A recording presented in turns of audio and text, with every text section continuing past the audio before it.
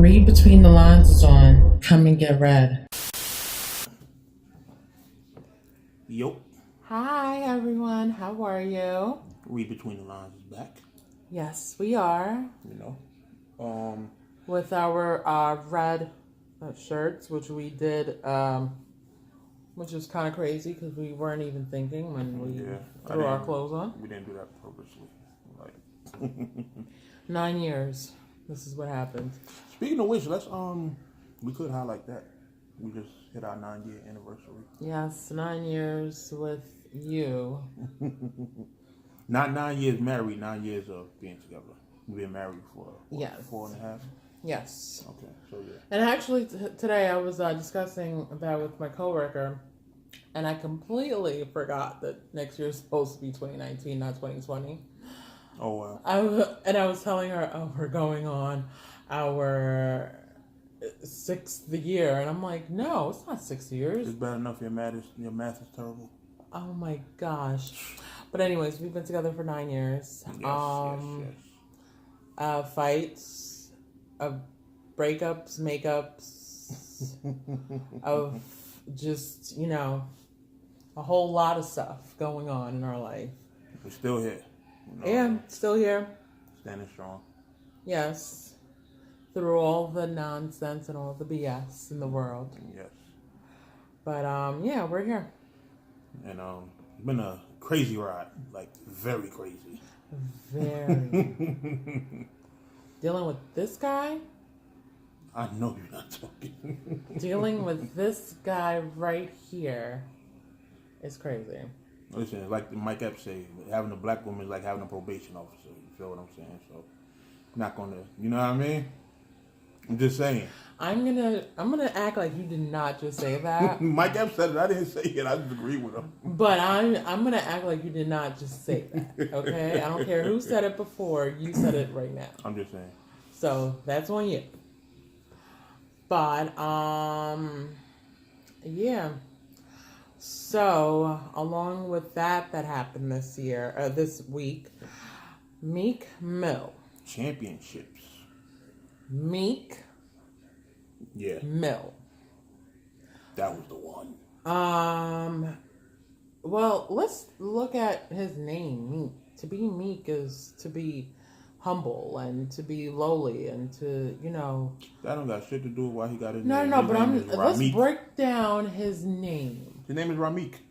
Okay, but there's Meek in the name. Hello? But it still comes from Rameek. It don't come from being a meek individual. The meek shall inherit the earth. It do not come from none of that.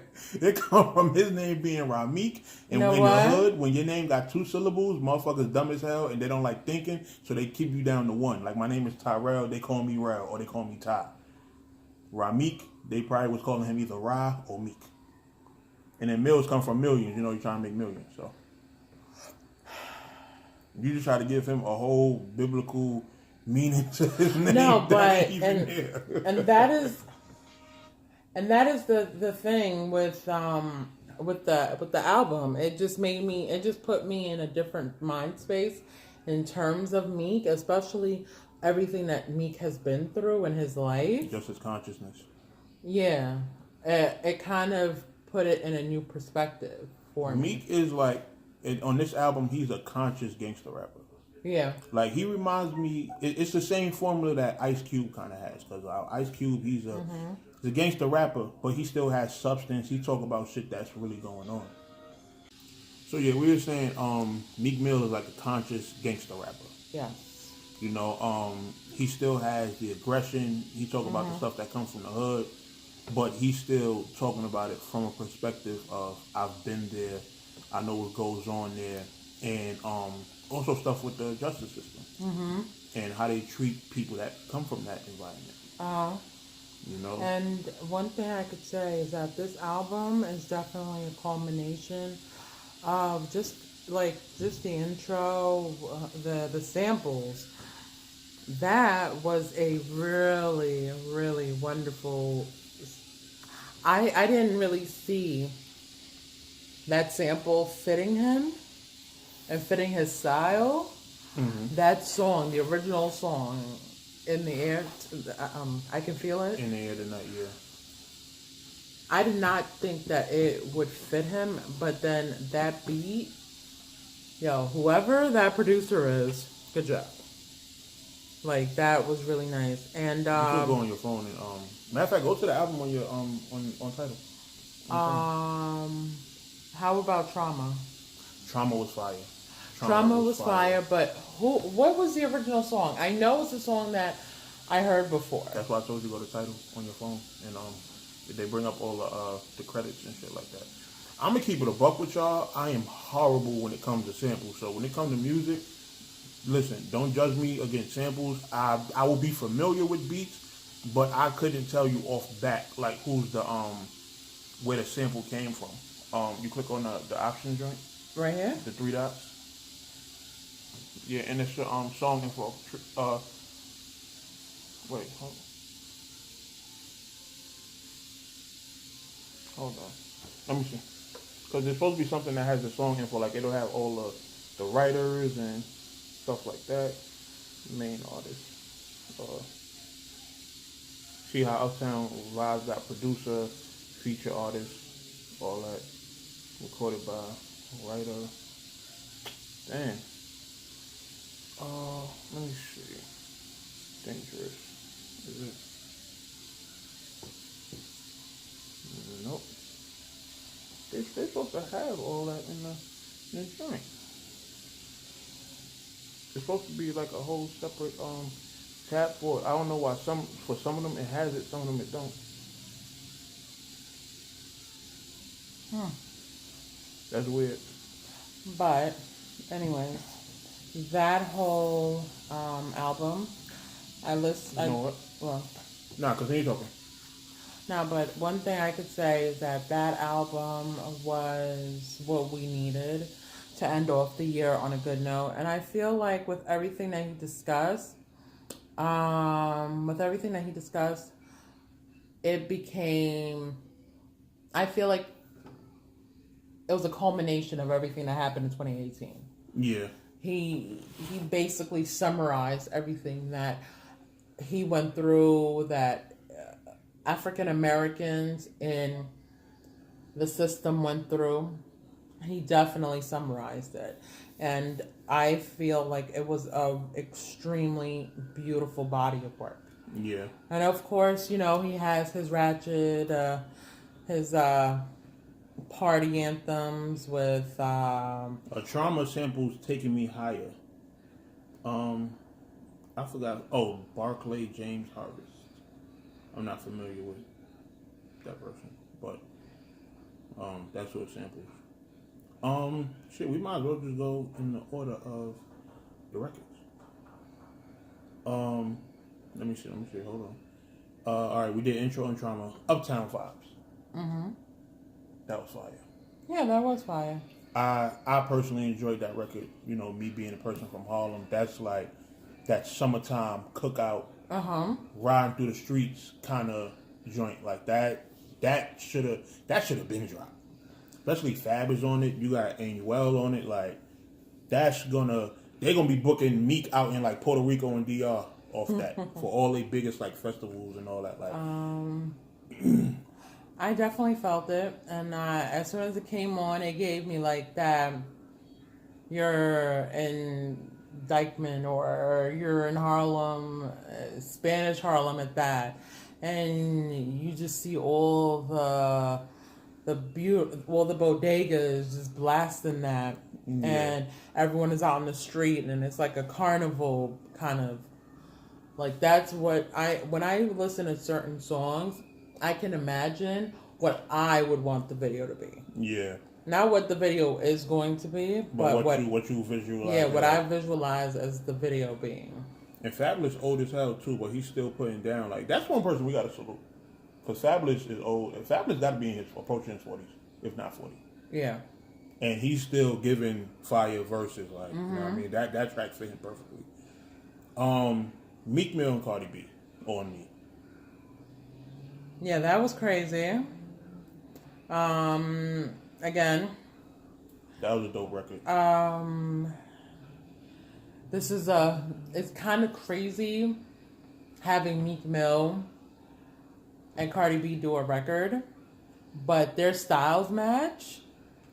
Was he petty for doing that? Yeah, he was kind of petty. You think so? A little bit. You don't think he just fucked with Cardi and the energy she got right now? I mean, he does, but I think there was a level of pettiness. Because as we go further into discussing the album, there are other people whom we never expected them to even record again, but they did. And that same person, if you feel the type of way about Cardi being on the record, you feel the way about that person being on the record too. Being that's one of Nicki's peoples. But exactly. when we get there, we're gonna discuss it. So that was a really I thought it was a dope pairing. Yeah, it was a dope pairing, and the song kind of fit both of them. Like you already know, Cardi has a certain kind of following and a certain kind of message that she portrays in her music. Was she shooting at Nicki in her verse? Maybe. I didn't really look at it as, because people were saying that, but I didn't look at it as her shooting at Nicki. Because I feel like this.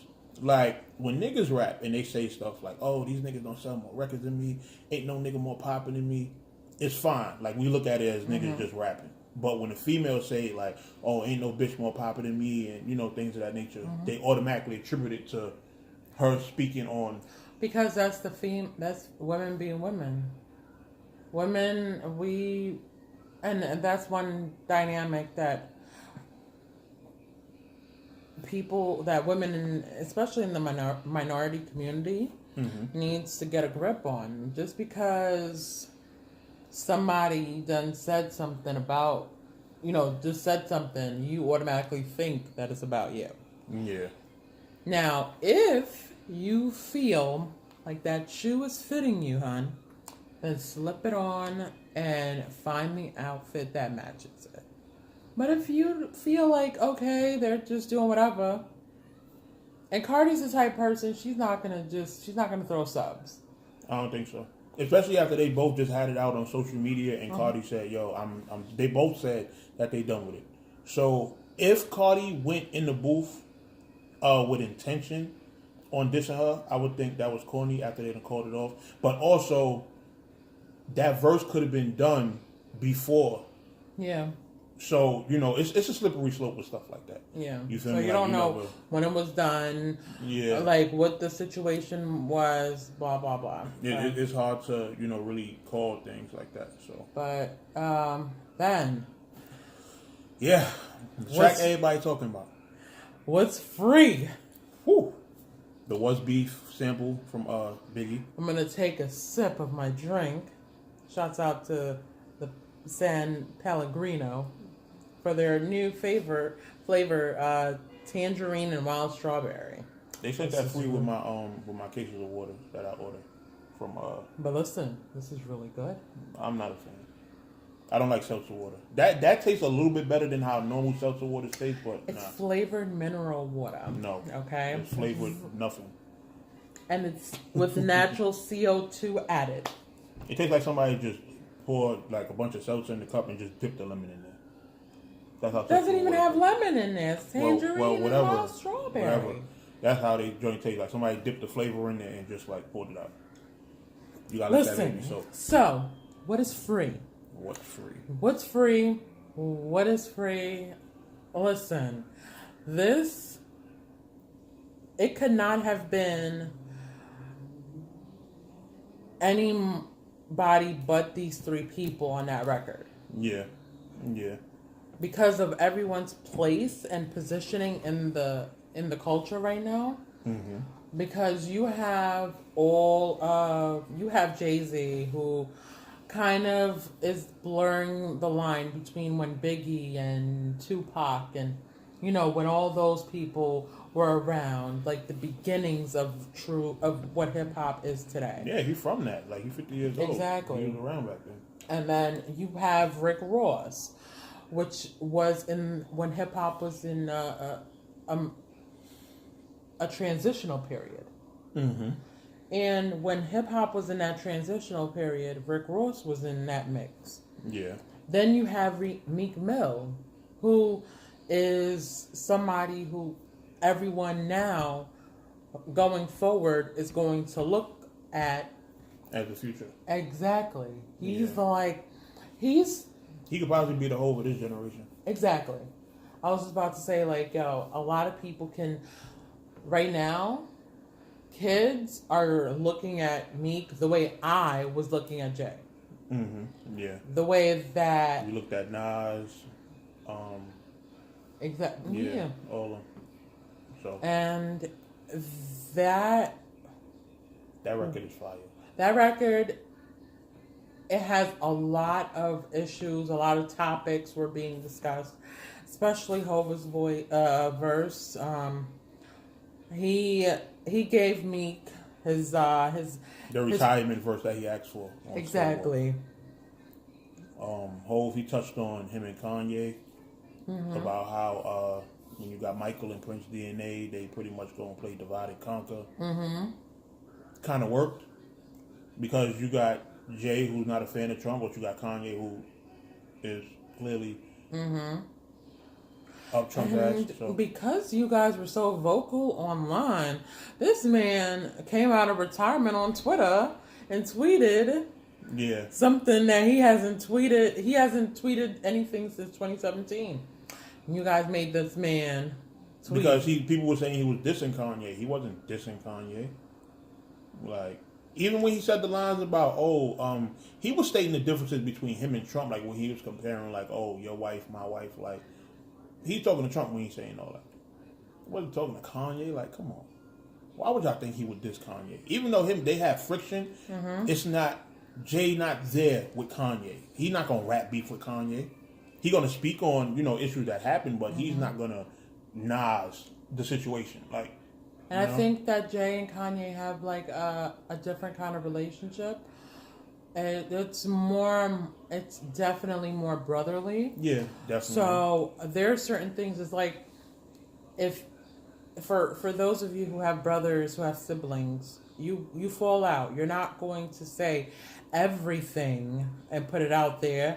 Whatever happens in the home stays in the home. So yeah, I mean, calm down.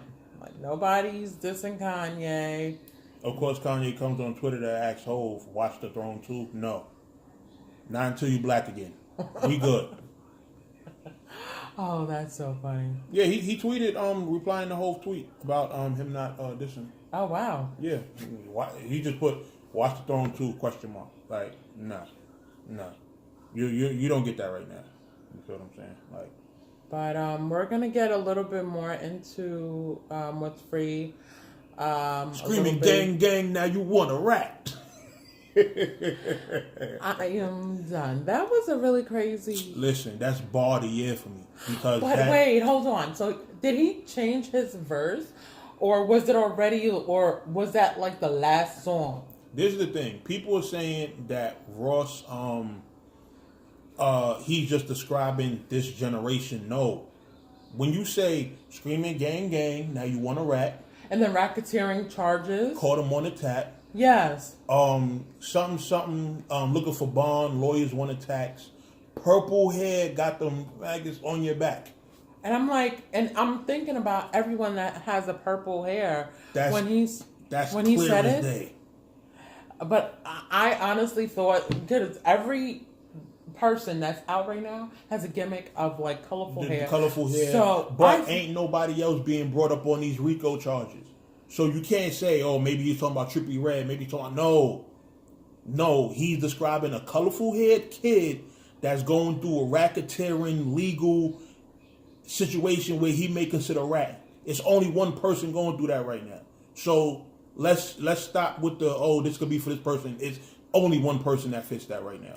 Yo, that was crazy. It's just like, okay, the album came out on Friday.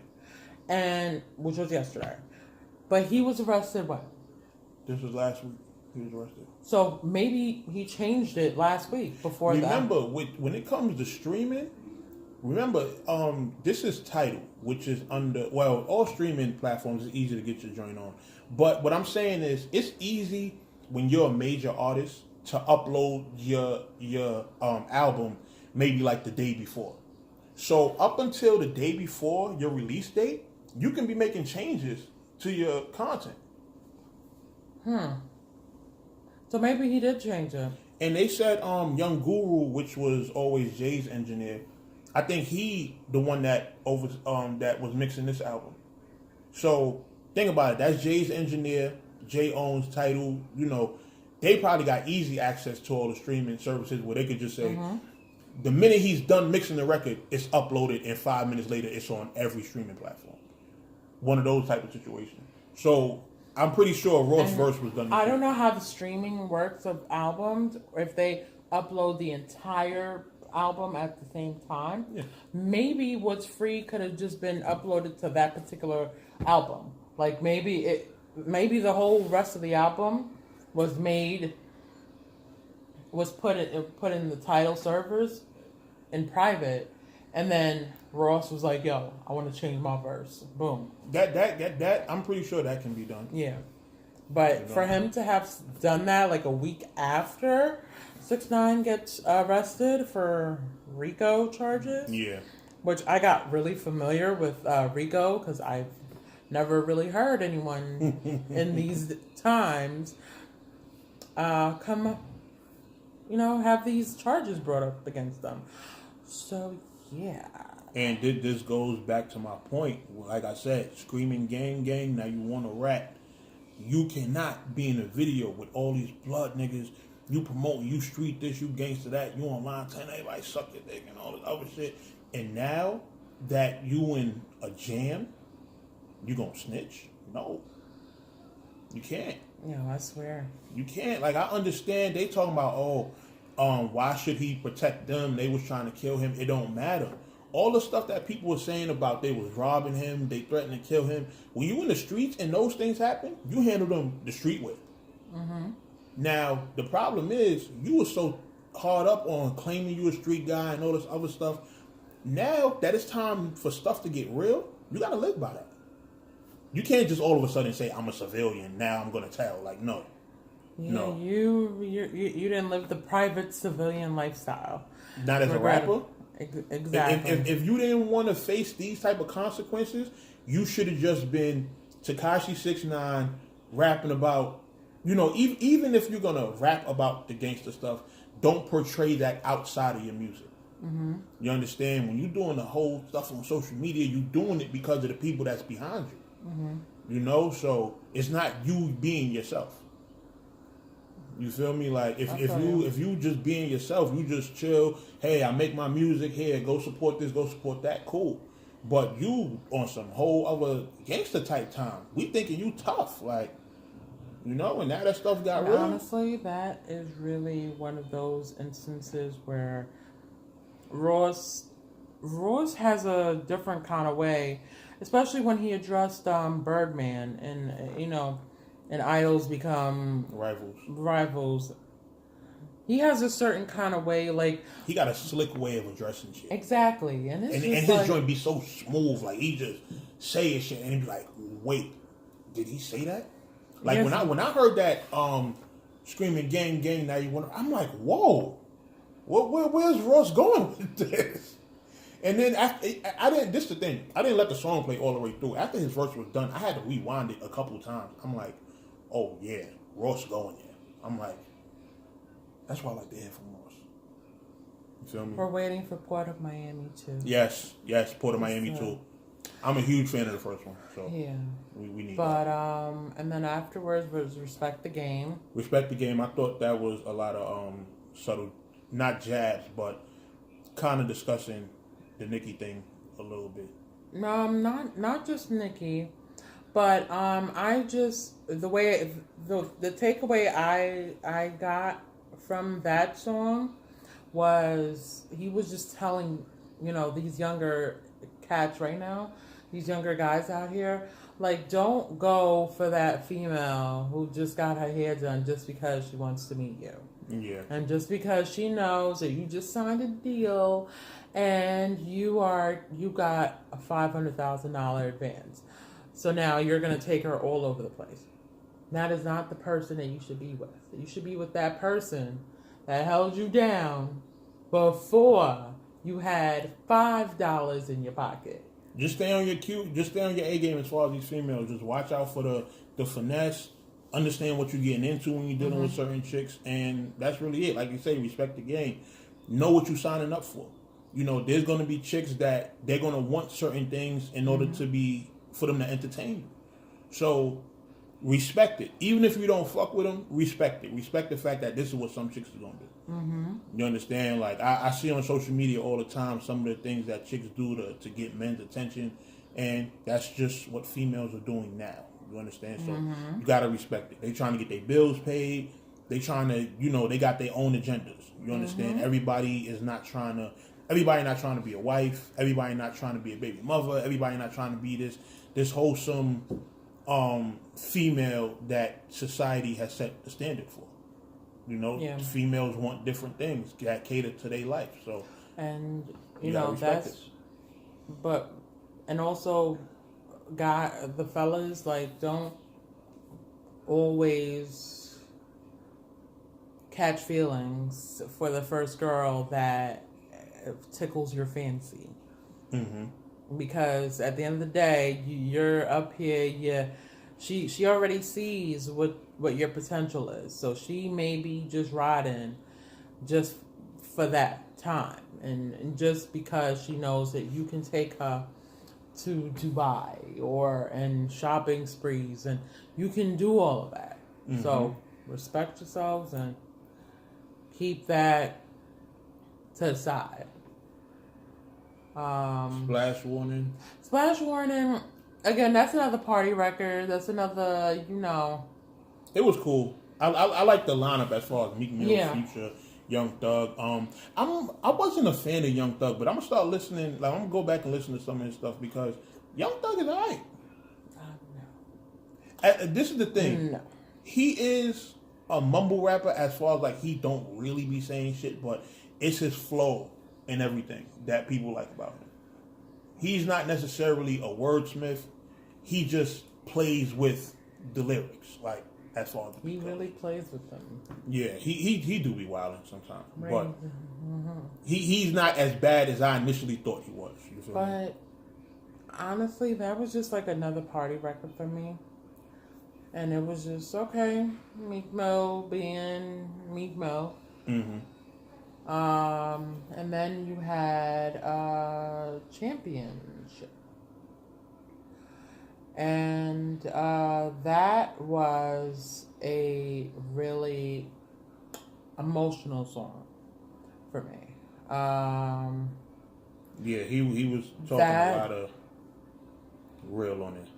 Especially that line where he said when his mama got to smell the embalming fluid cologne all over her baby. That really hit me because I didn't realize, like, there are a lot of mothers who've had to bury their kids, who've had to bury their only sons, or who've had to bury their sons, plural. Yeah.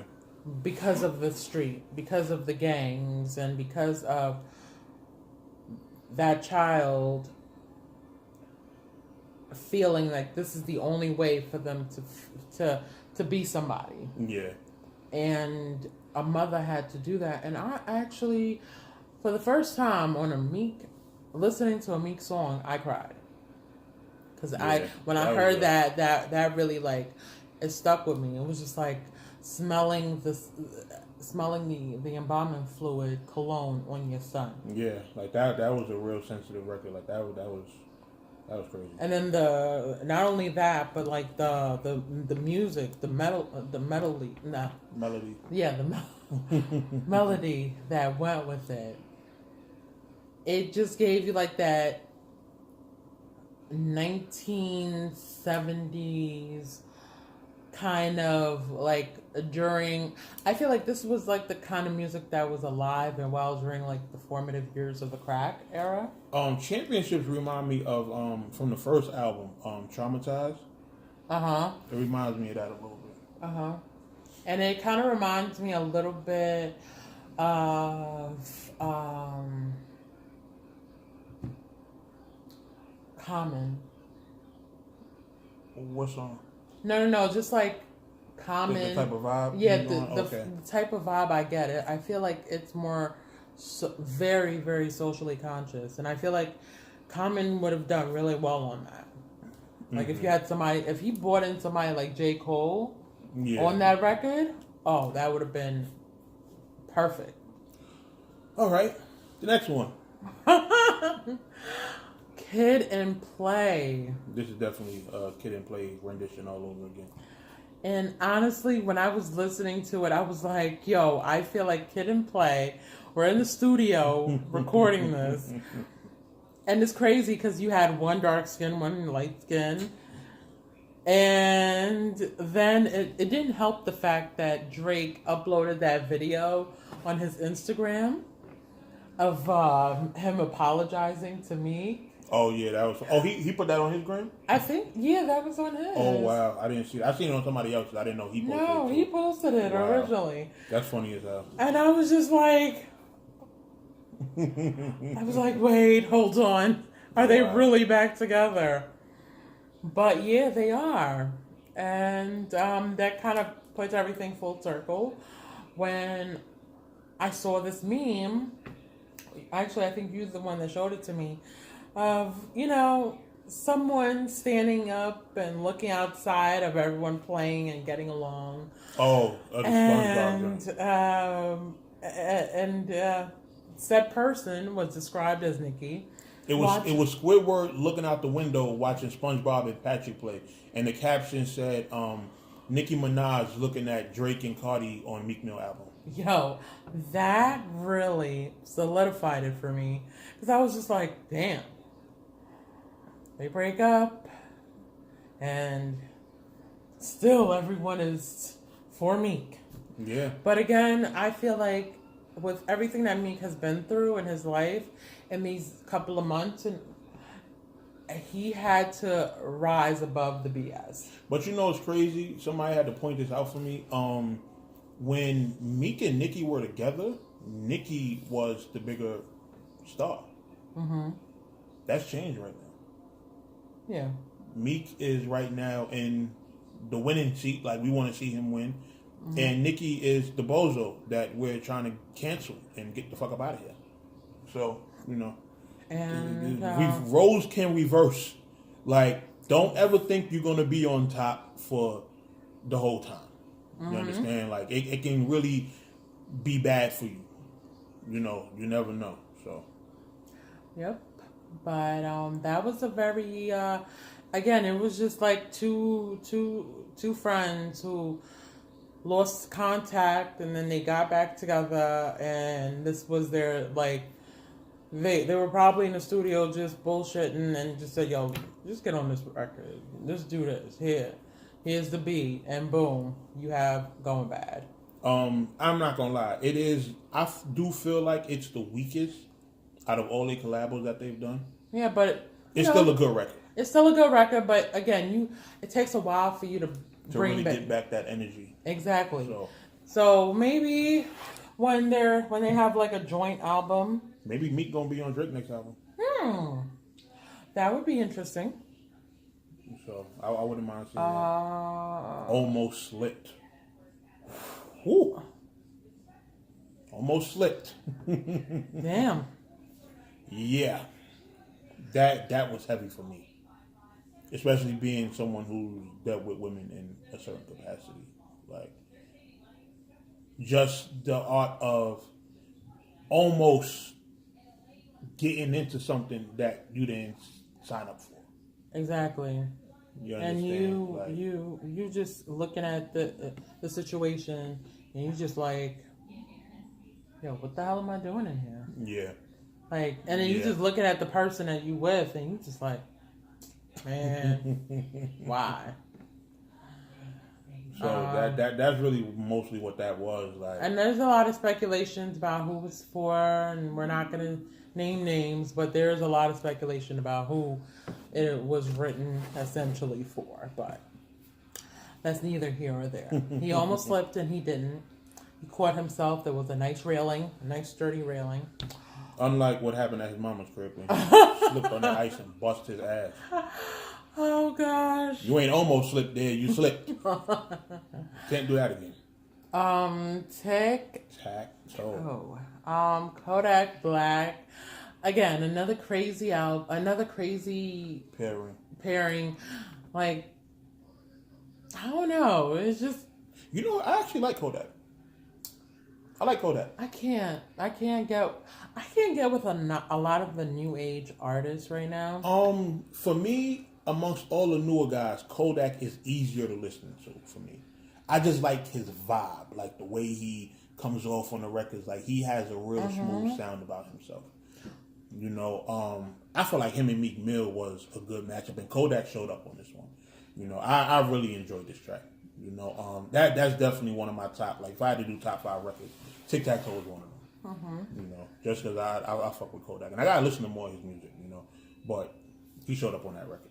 So 24/7 LMA again bringing somebody from the R&B side, which was awesome because then he can draw in that audience that he didn't have before, because LMA has, you know, a different kind of following, especially being a feminine, being a woman, being from a different country. So now, if he didn't have, you know, fans he in England, to balance out the album. Yeah, to have something a little bit softer and tone, but still. Thank you for Beyonce for allowing him to use that sample. Yeah. But yeah, Me, Myself, and I. That's what it was called. But yeah, that was really wonderful. Oodles and Noodles, babies. Again, another record delivering a story.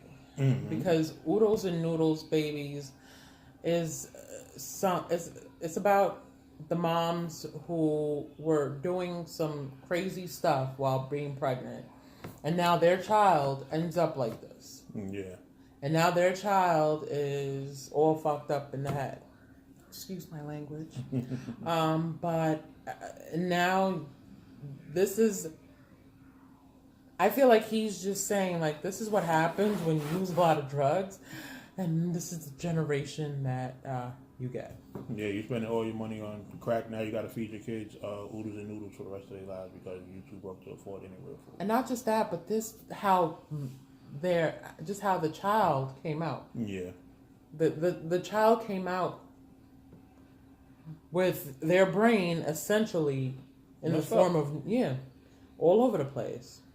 But again, that's another story. That's another lesson for me. Piggyback with 21 Savage. Yo, I do not like 21 Savage by himself, but when he is on features, he raps.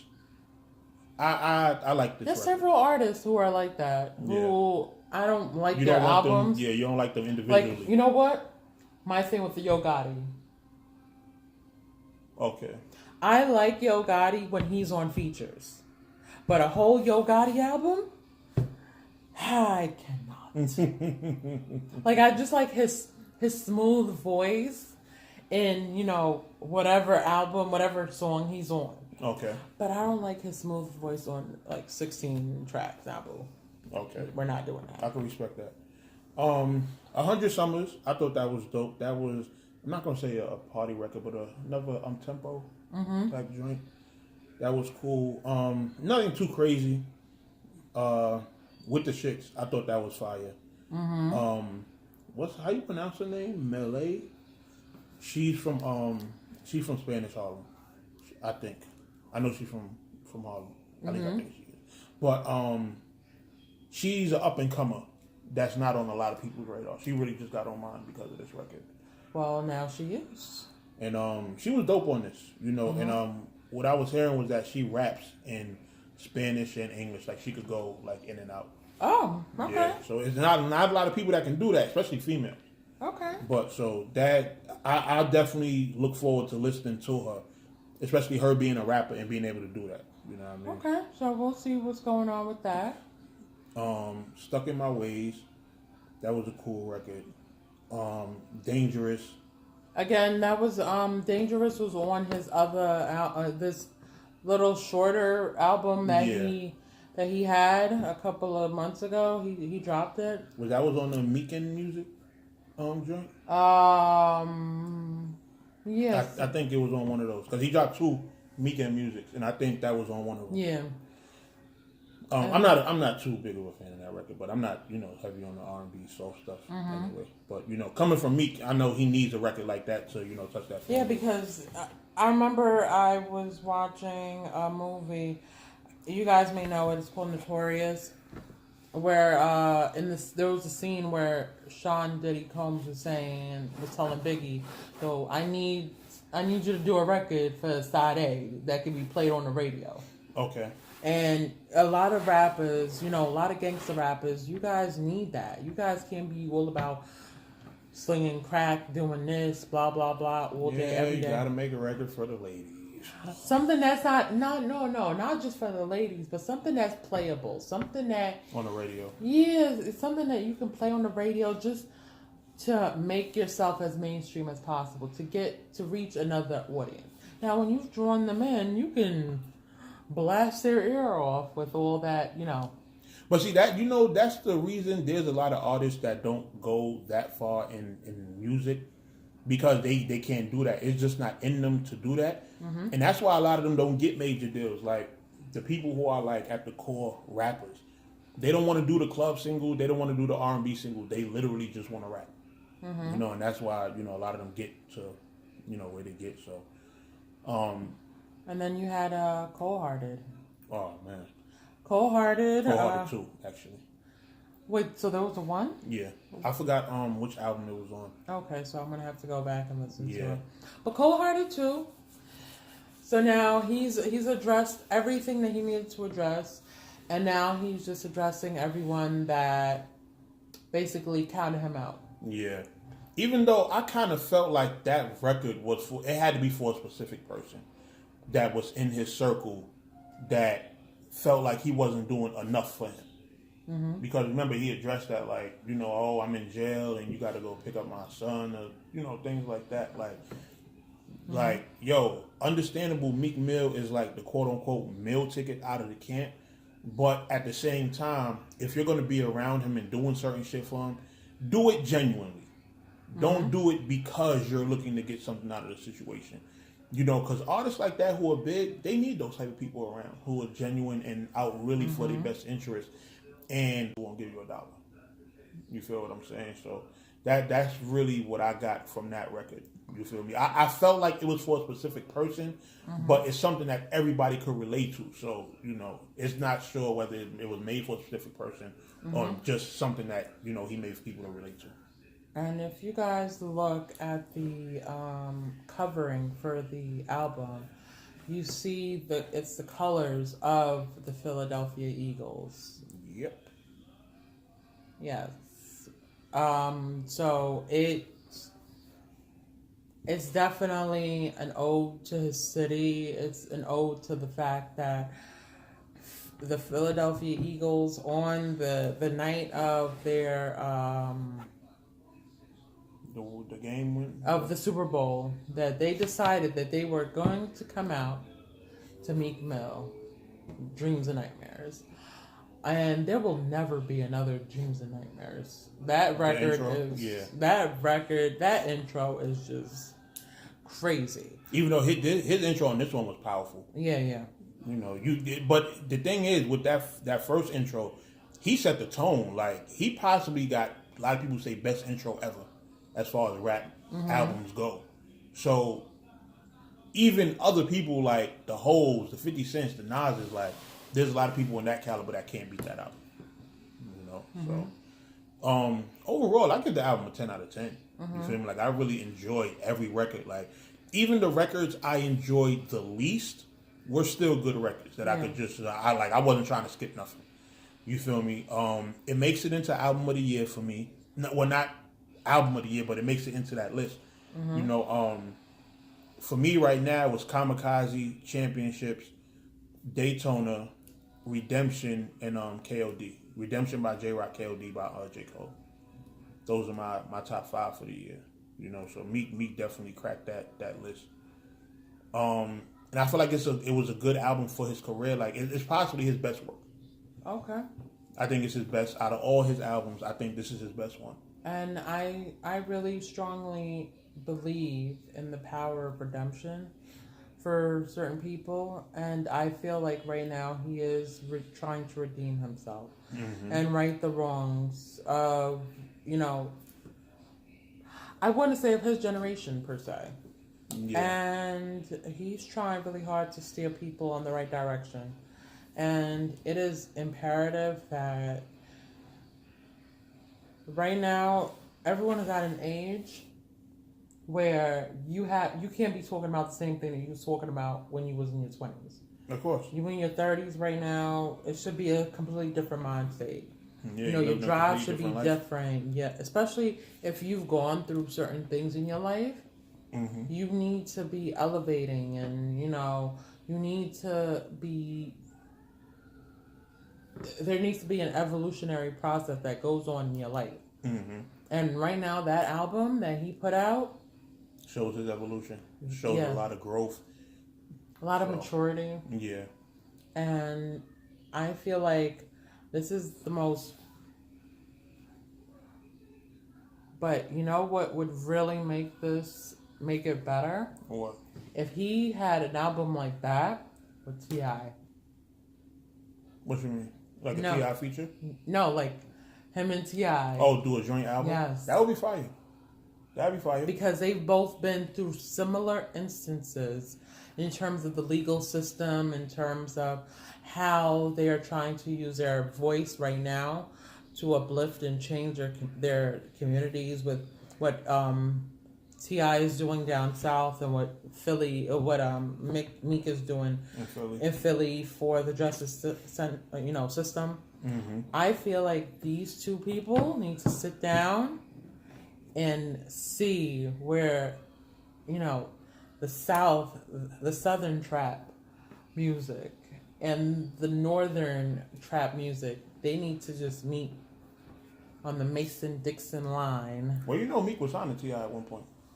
Well, they can definitely. He was on Grand Hustle at one point. Then, when T.I. got locked up, he had released Meek because he didn't want Meek to be affected by what he had going on. So. And that's when he went over to Maybach, to MMG. I think Meek stayed independent for a little while, and then he went to MMG. Okay. But matter of fact, ain't Meek on T.I. album? I think he is on the Downtrack. Yeah. You know, so they still, you know, keeping, you know, contact and, you know, things of that nature. But congratulations, Meek. I know that even if it doesn't reach everyone in the whole world, but I hope that it reaches the people that need to hear this. Yeah. That need to hear all the stuff that you're saying. And I really hope that you inspire the youth out there right now. Yeah, because it's a complete album. I feel like he did just enough on it to cater to everybody. Like, to the street niggas, to the people who's trying to be, like, on some enlightened type shit. The people who like softer music. The people who like bars. The people who check for hooks. The people who check for beats. Like, he did a little something for everybody. So, yeah. I mean, I like beats. It wasn't until I got into battle rap that I really started paying attention to bars. The lyrics, yeah. And I was just like, wow. Like, battle rap kind of opened my ears up to certain things. Because, you know, in battle rap, there's no lyrics, there's no sound.